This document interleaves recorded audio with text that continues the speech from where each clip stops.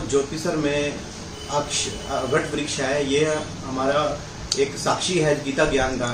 जब कृष्ण जी ने अर्जुन को ज्ञान दिया था गीता का, तब ये हमें ये माना जाता है कि ये जो वृक्ष है ये ही साक्षी रहा है उस टाइम का। और पहले जब देखा जाता था, जब हम लोग ज्योतिसर जाते थे, तो इसके ऊपर चारों तरफ चबूतरा बना हुआ था एक संगमरमर का, जिससे कि इसको बहुत नुकसान हुआ और इसकी वृद्धि नहीं हो पाई। और अब जो सरकार ने एक सराहनीय कदम उठाया है कि इसके चारों तरफ से चबूतरा फाड़कर इसको प्लेन कर दिया गया है ताकि इसकी वृद्धि हो पाए। और इसके साथ इसके जो बीज है उसके ऊपर अनुसंधान कर और इसके जो वंश है उसको वृद्धि के लिए इसके पेड़ जो है सब जगह लगाए जाएंगे। सुनने में आ रहा है कि इसका एक वृक्ष इसका एक अयोध्या में जहाँ राम मंदिर का निर्माण होना है वहाँ भी लगाया जाएगा, और अनेकों प्रदेशों में अनेकों जगह पे इसकी वृद्धि होगी। इससे बहुत ही हर्षोल्लास का विषय है ये कि इससे इसकी वृद्धि हो पाएगी, और ये बहुत ही अच्छा कार्य है केडीपी बोर्ड का। ये एक हमारे लिए तो इतने हर्ष की मतलब ये हमें हरियाणा गवर्नमेंट की और अपने ये बहुत ज़्यादा उपलब्धि कहेंगे जो इन्होंने इस तरफ ध्यान दिया है। पहले तो अभी तक की जो सरकारें आई थी उन्होंने इस तरफ कभी भी ध्यान नहीं दिया था। जो मतलब ये गीता ज्ञान की हमारे ये जगह है और इसकी उपज जो उसको करके जगह मतलब धार्मिक स्थलों पर पहुंचाएंगे, तो मेरे को तो ये इतनी ज़्यादा खुशी हो रही है जिसकी हद नहीं। और मेरे को उस दिन और ज़्यादा हर्ष होगा यदि इसकी एक पौध कहीं स्वर्ण मंदिर के आसपास लगाई जाए। तो मैं परमात्मा से ये इच्छा रखता हूँ भाई ये परमात्मा ऐसा काम भी करवा दे ताकि जिसमें हिंदू सिख भाईचारा भी बना रहे, मतलब और बड़े फूले।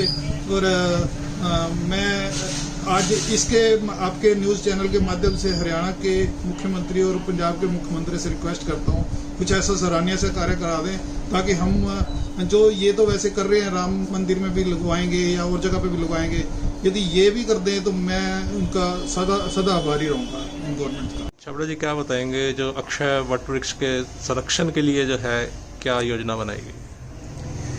जी, अक्षय वट वृक्ष का जो संरक्षण है वो देहरादून फॉरेस्ट रिसर्च इंस्टीट्यूट है, जो उनके जो साइंटिस्ट हैं उनकी देखरेख में काफ़ी समय से हो रहा है।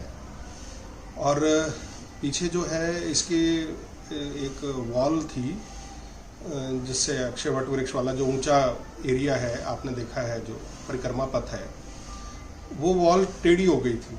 तो उसके साथ ही हमने एक रिटेनिंग वॉल और बड़ी अच्छी वॉल क्रिएट की है और इनको सुरक्षित करने के लिए। और ये सारा जो परिसर है ऊपर जहाँ वट वृक्ष है, जहाँ भगवान कृष्ण ने गीता का शाश्वत संदेश दिया, उस सारे परिसर को हमने खूबसूरत किया है। उसके ऊपर जो है वट वृक्ष आगे चलता रहे निरंतर।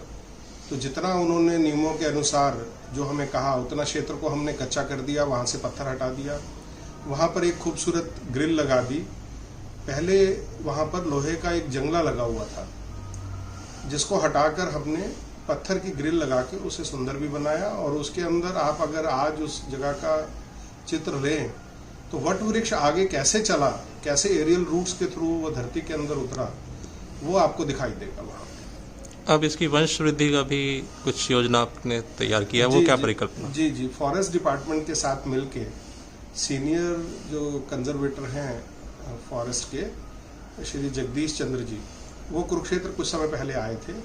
तो उनके साथ मिलके एक योजना बनी थी कि इनके सीड से हम और प्लांट्स तैयार करें और उन्हें देश विदेश के अंदर जो प्रमुख स्थान हैं वहाँ पर इन प्लांट्स को लगाया जाए, जिससे कुरुक्षेत्र का महत्व और ये गीता वट वृक्ष जो है सारी दुनिया में, सारे देश में पहुँच पाएगा। और इसके हमारी इच्छा है कि ये वट वृक्ष का पौधा जो है संसद भवन में जो नया परिसर बन रहा है वहाँ पर, हरियाणा की जो विधानसभा है वहाँ पर, माननीय मुख्यमंत्री मनोहर लाल जी जो उनके मार्गदर्शन में, उनके आशीर्वाद से ये सारे कार्य हो रहे हैं। हमारे गवर्नर साहब के आशीर्वाद से, उनके सब मार्गदर्शन के अंदर ये सब कार्य हो रहे हैं। तो उनके जो जैसा वो जहाँ जहाँ हमें गाइड करेंगे वहाँ पर इसको वट वृक्ष को लगाएंगे।